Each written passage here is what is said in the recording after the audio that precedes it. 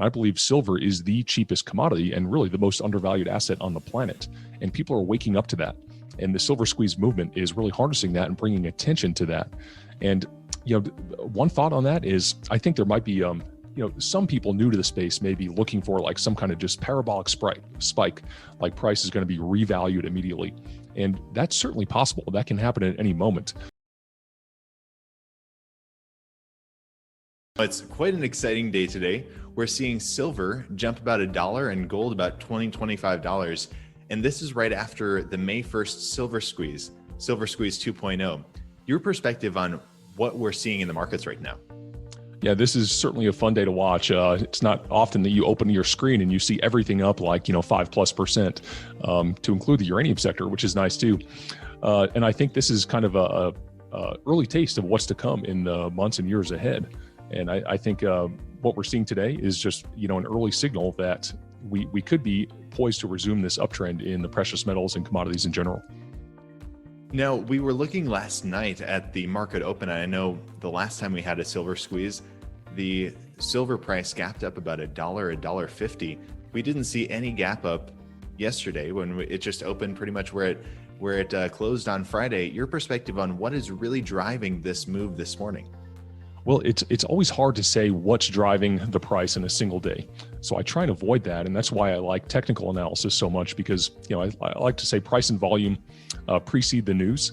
So you can interpret the price action and then figure out the reasoning for it later. But I think it's the Silver Squeeze 2.0 certainly has something to do with it. And I think that movement really has a lot of steam and a lot of power. And when the first Silver Squeeze happened, I was hoping that it wasn't going to be just a flash in the pan. And I've been pleasantly surprised that has not been the case. In fact, more and more people are joining this movement, and we're viewing it as a marathon, not a sprint. So that's very encouraging to see.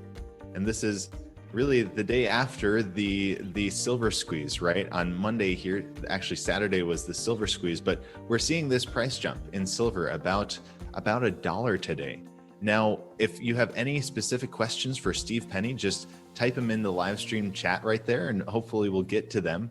But really, I would like to kind of have you comment more on this whole silver squeeze movement that we're seeing right now. My perspective is it's a really great way for people to take hold of their finances, literally taking hold of something that's of real value and having it outside of the system. And it's a movement that's really helping people be aware of how fragile the financial system is and having them take control of their finances in that way. Your perspective on this whole silver squeeze 2.0 movement? Yeah, excuse me, like I said, it's so encouraging.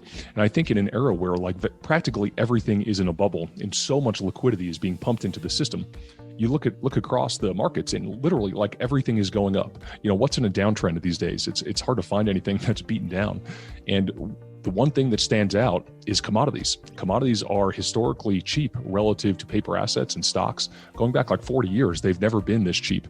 So when people and generalist investors start to notice that, it would just be natural to zero in and say, okay, well, commodities are cheap. What are the cheapest commodities? And I believe silver is the cheapest commodity and really the most undervalued asset on the planet. And people are waking up to that. And the silver squeeze movement is really harnessing that and bringing attention to that. And one thought on that is I think there might be some people new to the space may be looking for some kind of just parabolic spike, like price is going to be revalued immediately. And that's certainly possible. That can happen at any moment. But I think I just want to emphasize this has to be viewed as a marathon, not a sprint. As more and more investors and investor institutions take physical silver off of the market, eventually that's going to pit industry, the General Electrics, the Samsungs, the Teslas, against these manipulators on Wall Street, the JP Morgans. And that's going to put increasing pressure on the paper price. So, this is so encouraging to see this happen, but it's a marathon, not a sprint. And one of the things I wanted to touch on, and we actually have a viewer asking about this, is right now we're seeing quite a big spike in silver right now, about $1.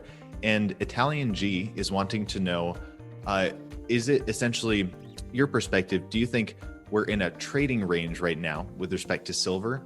And what price would be a breakout from that range? Yes, that's such a great question. So from a longer term perspective, we are in a trading range. The lower boundary of that trading range is $22 and the upper boundary is $30, specifically $30.35. That's the high tick printed on February 1st of Silver Squeeze 1.0. So really, I think when we can get really excited, will be a break above $30. And that's when I think $50 becomes the near term target.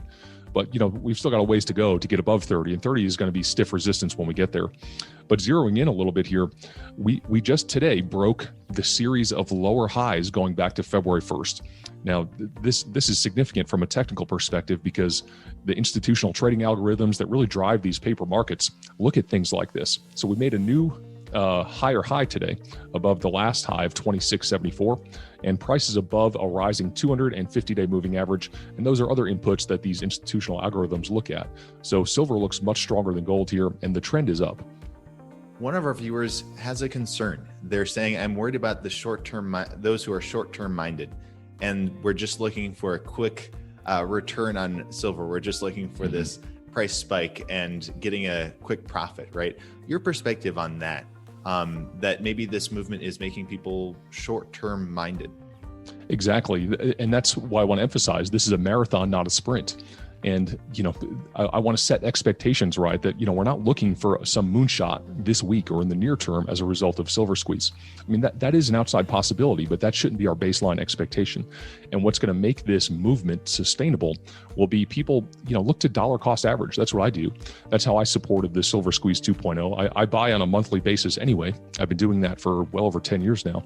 I just upped my purchases a little bit because it's a marathon. So if we get a lot of people, a couple million people or millions of people just continually buying every month, that's going to eventually put the big pressure on the paper price.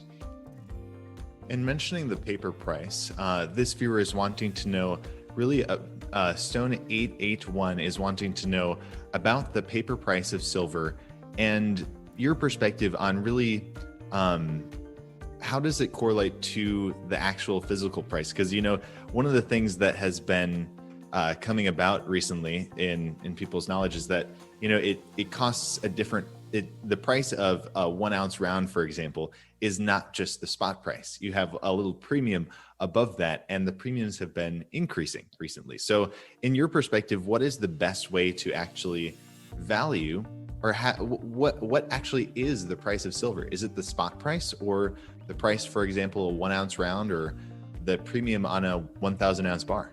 Yeah, that's such a good question, because people, when you type into Google, hey, what's the price of silver? What you're going to see is the price set in the paper markets or in the futures market. And that price is based on supply and demand of paper contracts that can be issued at will by these bankers.